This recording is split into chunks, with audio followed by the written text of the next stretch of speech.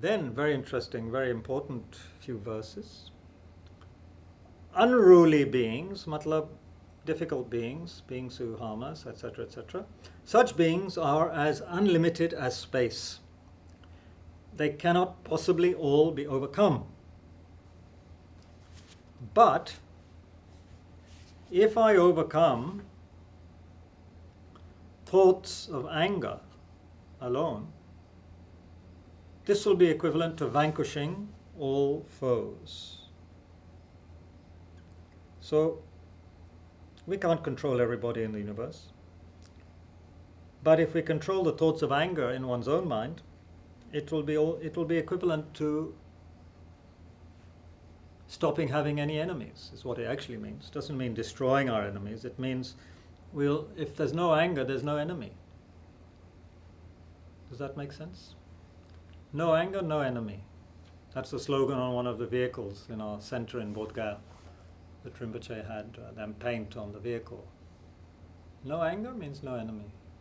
Hindi में भी लिखा है, उसका याद नहीं है क्या लिखा है, but no anger, no enemy. If you have anger, then you have enemies everywhere, and even your friend can become an enemy very quickly, because it depends on the mind. What is the mind projecting? So then a very famous next few verses. Where would I possibly find enough leather with which to cover the surface of the earth? Yet, wearing leather just on the soles of my shoes is equivalent to covering the earth with it. Likewise, it is not possible for me to restrain the external course of things. But should I be able to restrain this mind of mine, then what would be the need to restrain everything else? Wonderful. So if we're an idiot who wants to control everyone, or to put leather everywhere so that I can walk around without thorns getting into my feet, I wouldn't find enough leather to cover even from here to my home, which is just 5 minutes walk away, let alone cover the whole earth with leather. But if I cover my feet with leather, wear shoes, the work is done. I don't need to bother about a whole carpet of leather between here and where I live. That would be the height of stupidity. And yet that's what we try to do. We try to control other things, other people, events, and so forth. Neglecting to control the most important thing, the most important factor, which is one's own mind. So therefore, he says, should I be able to restrain this mind of mine, then there wouldn't be any need to restrain everything else. The work would be done. Because I think we can have times when we can experience this very clearly. If we have a bad day is when our mind feels negative, irritable, etc., etc. Nothing seems to go right. Nothing seems to be okay. Nothing looks good anymore. We don't appreciate the beauty around us on such days. We're only connected with the negative, with what's going wrong. And it's not as though the whole world has changed suddenly. It's just our mind is negative that day. I was looking at things in a very jaundiced manner. Yeah? So were I to restrain my mind, make it calm, clear, and kind, based on all of the meditations on the kindness of others and so forth, and develop this loving kindness, then the world would appear in a different light. Try it. When you're having a negative day, when your thoughts are negative, and etc., you're in a bad mood, or some people get into moods, which are basically a conglomeration of thoughts which have come together and affected the whole person, the whole mental climate of the person, then check that day. How are you viewing things? What does the world look like on the days when you're having this mood, bad mood? The people, the things, the food. What does the food taste like even on such a day? And how does it taste when you're having a good day with positive thoughts, more openness, less uptightness in the mind? That's a very important kind of modern word, uptight. We suffer because we're uptight. There's a tightness. Buddha in fact said in some of the Theravada sutras, suffering Second noble truth, cause of suffering, what? Craving, holding on, craving. It's like being uptight, uptight, holding on to me, I, me, mine, what I want, what I don't want, all that stuff. Uptight, holding on, grasping, craving, different words. But if we can let go, if we can begin to let go of that, then there's peace.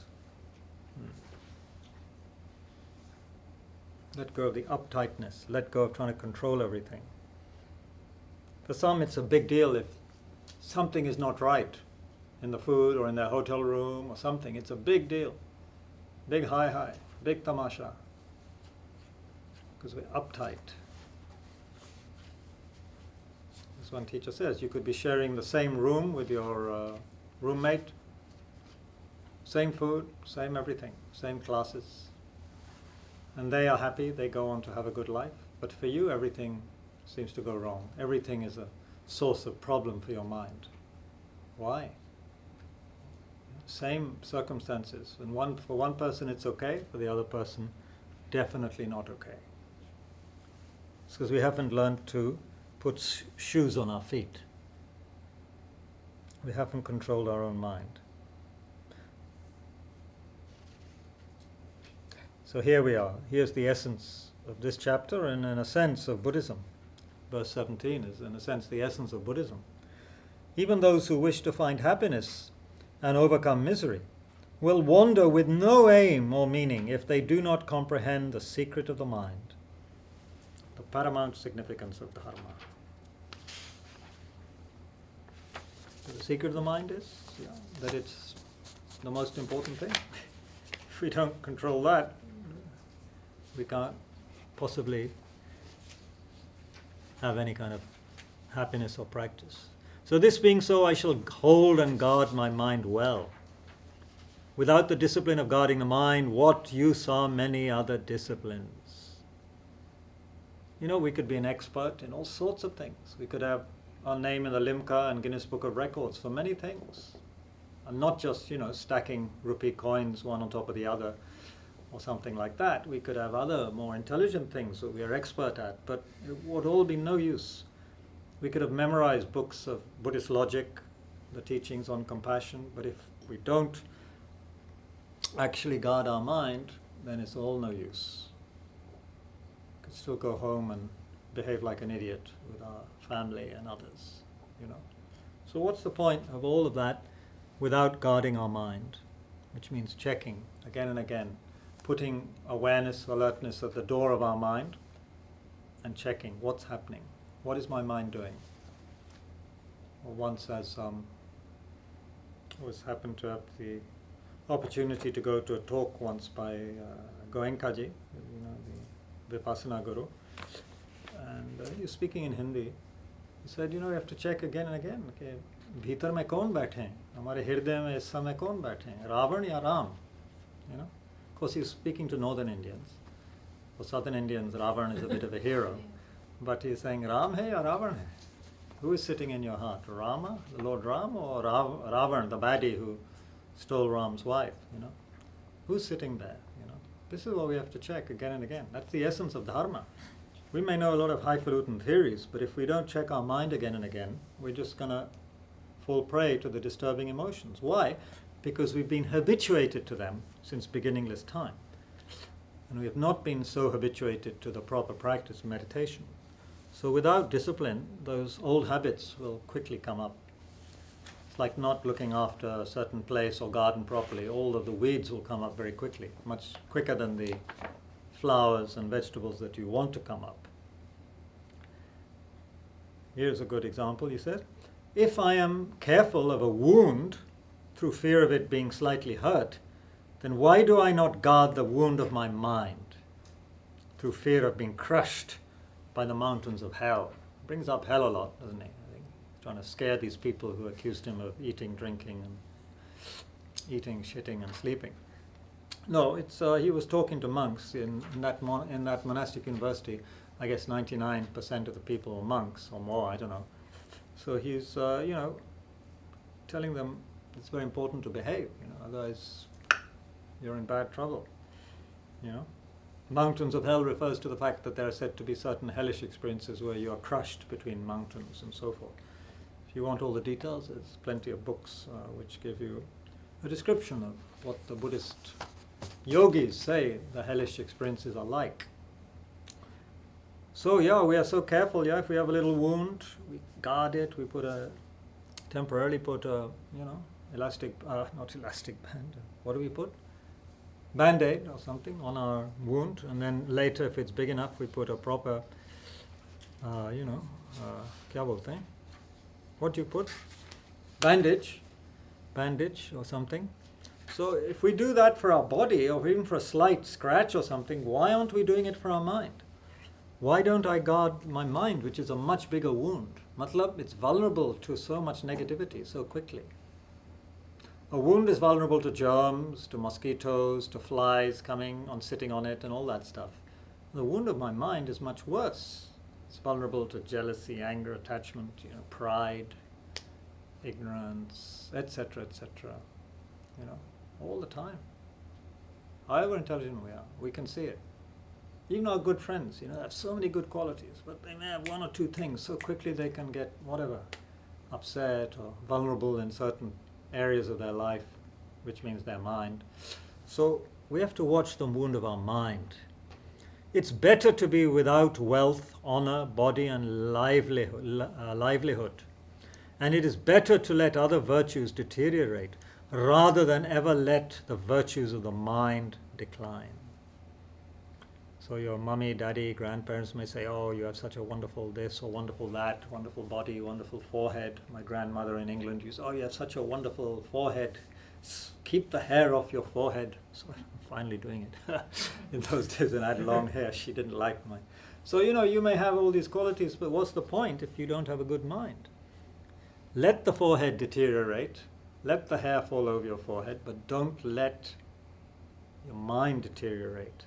The virtues of the mind, which are what? This quality of being able to be mindful, calm, clear, compassionate, kind, wise, patient, etc., etc. Don't let those virtues decline. Who cares? So, even those who have much learning, faith, and willing perseverance will become defiled by a moral fall due to the mistake of lacking alertness. So if we're not careful what's arising in the mind, we'll easily be able to engage in one of those 10 non-virtuous actions through allowing just old habits to take over if we're not alert to what is happening. If we don't have the chowkidar at the door of the mind, then the thieves of the disturbing emotions and so forth will enter, and we will behave in a way that we later regret. I think we all would have had such a kind of experience. Therefore, I shall never let mindfulness depart from the doorway of my mind. If it goes, I should recall the misery of the lower realms and firmly re-establish it there. Lower realms is animal, pret, and narak. So animal realm, preta realm, hungry ghost realm, and hell realm. These are states of mind we can experience as humans. Certain aspects of them we can experience as human beings, and but it's also supposed to be taken in a sense literally, in the sense of it can be a place where we can be reborn after death of this human body. We can be reborn in a preta-like existence, and it's taken very seriously in Hinduism and Buddhism. In monasteries and so forth, special offerings are made for pretas, other hungry ghost-like beings who cannot enjoy food and drink, for example, like we do. They have tremendous obstacles to enjoying food and drink. So the Buddhist texts again and again mention these realms. They're not something modern Buddhists have made up.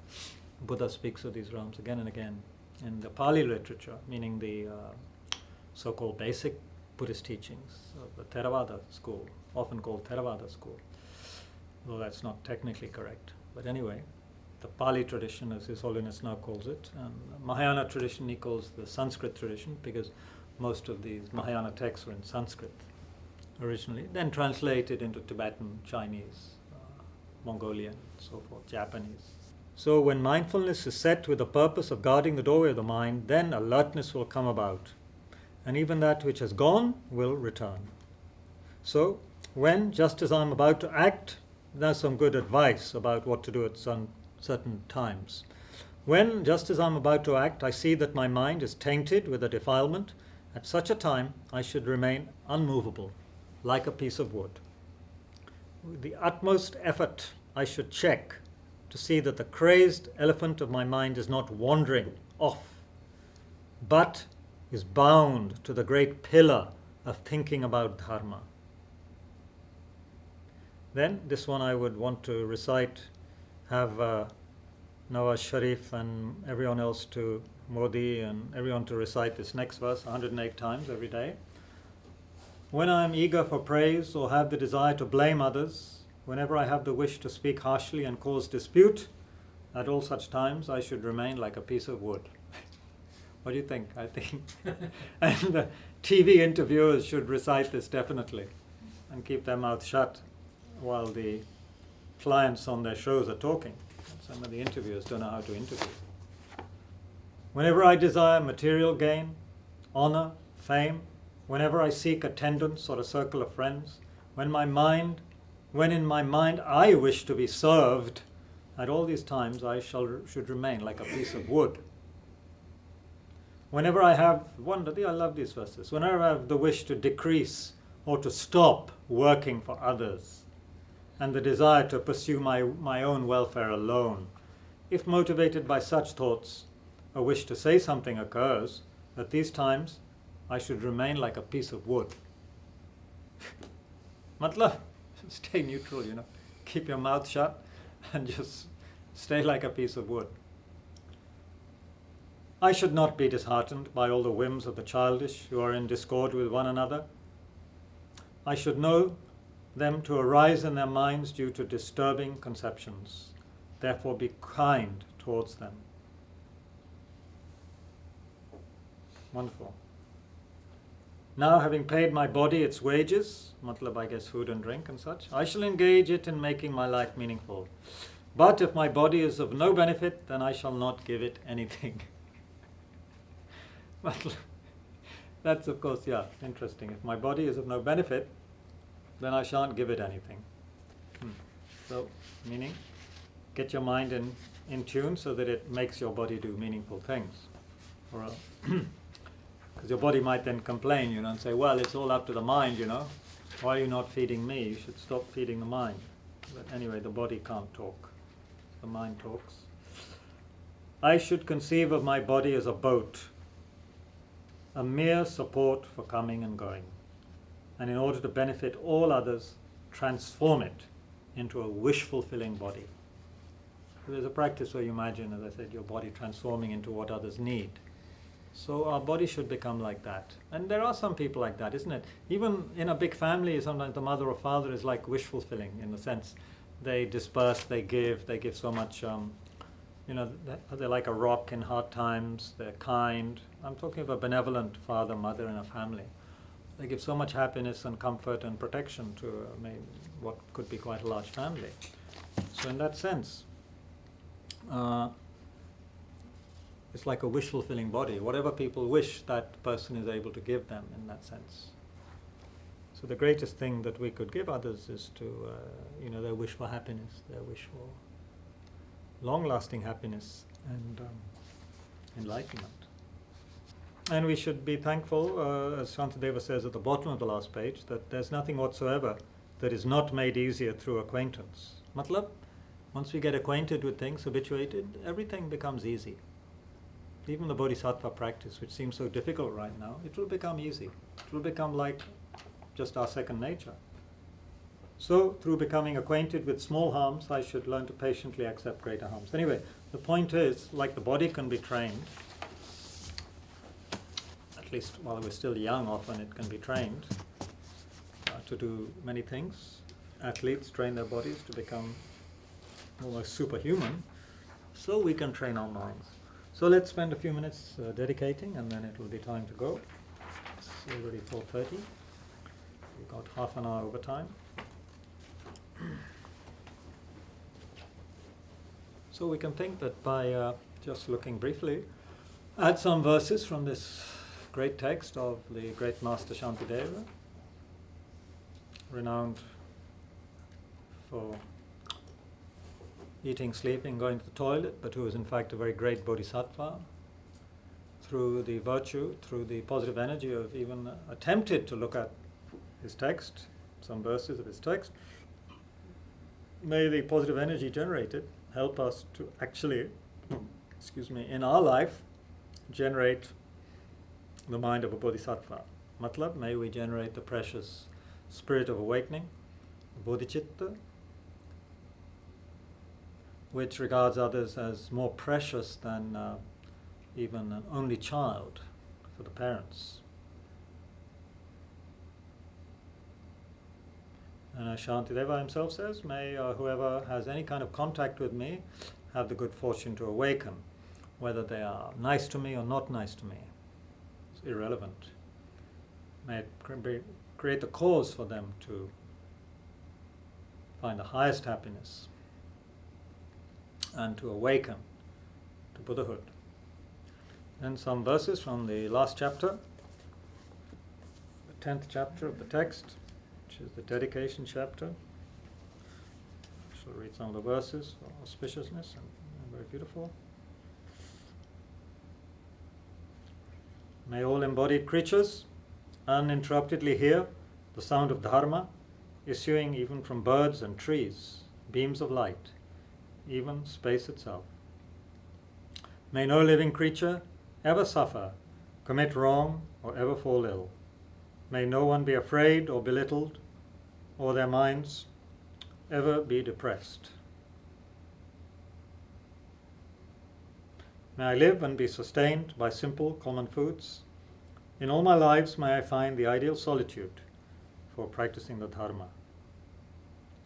For as long as space endures, for as long as living beings remain, until then may I too abide to dispel the misery of the world. May all the pains of living creatures ripen solely upon myself, and through the might of the Bodhisattva Sangha, may all beings experience happiness. May the teachings which are the sole medicine for suffering and the origin of every joy be materially supported and honored and abide for a very long time. I prostrate to Manju Ghosh, through whose kindness wholesome minds ensue, and I prostrate to my spiritual masters, through whose kindness I develop.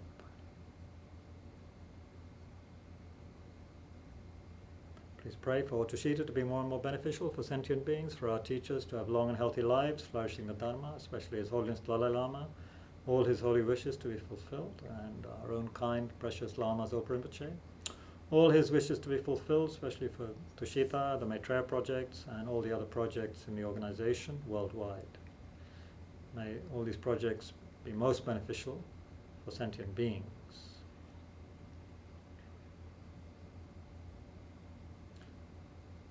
May we all have long and happy lives and always find the means to practice. May we never be separated from the teachings and from authentic spiritual guides, life to life.